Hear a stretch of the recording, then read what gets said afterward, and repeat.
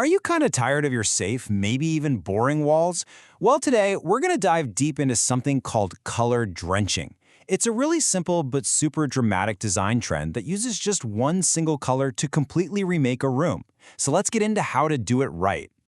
Let's be honest for a second. Do you ever walk into a room in your house and just feel nothing? If those neutral walls you picked to be safe are starting to feel a little cold or just plain boring, I promise you, you are not alone. And there's a really good reason for it. And it's not just in your head. As the amazing design expert Emily Henderson says, white walls really need a ton of natural light to look good. Without all that light bouncing around, they don't look bright and airy, they just look flat.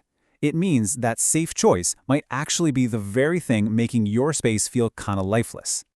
But hey, don't worry.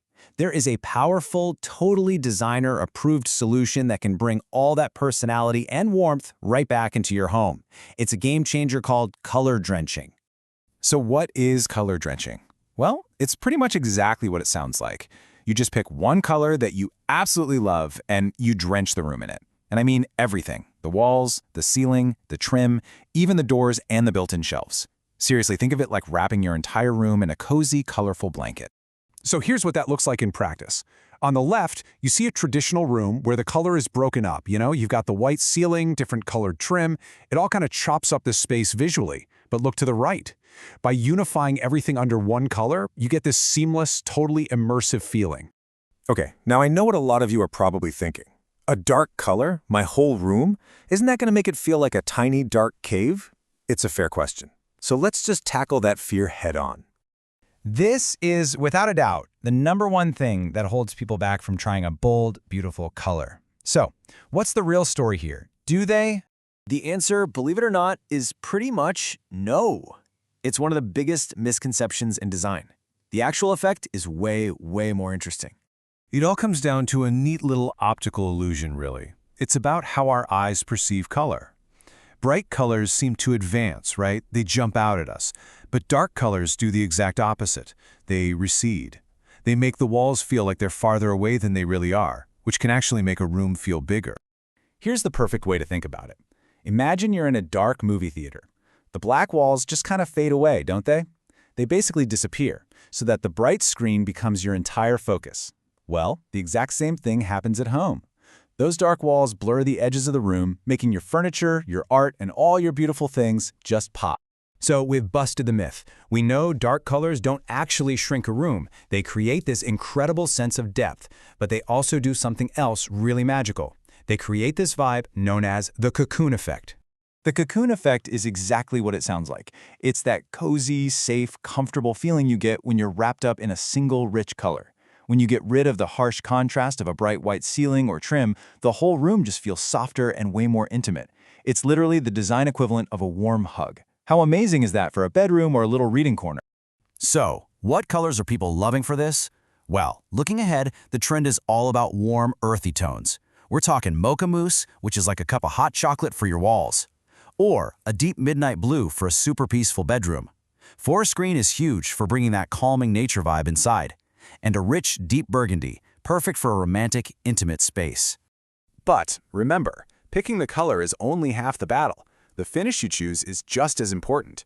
A matte finish will give you that super rich, deep color with no shine. It's perfect for places like bedrooms. Eggshell has just a little bit of sheen and it's a fantastic all-rounder. Then you have satin, which has a soft glow and is the easiest to clean, so it's a no-brainer for kitchens and bathrooms. Now, this is crucial. If you go dark, lighting becomes your absolute best friend. Dark colors absorb light, so you have to be smart about adding it back in. Please, don't just rely on that one light in the middle of the ceiling. You gotta layer it. Use floor lamps, table lamps, wall lights. And definitely use warm colored bulbs for that cozy glow. And pop some mirrors on the walls to bounce all that lovely light around. Okay, so we've got one color everywhere. The next question is, obviously, isn't that going to be boring? Nope.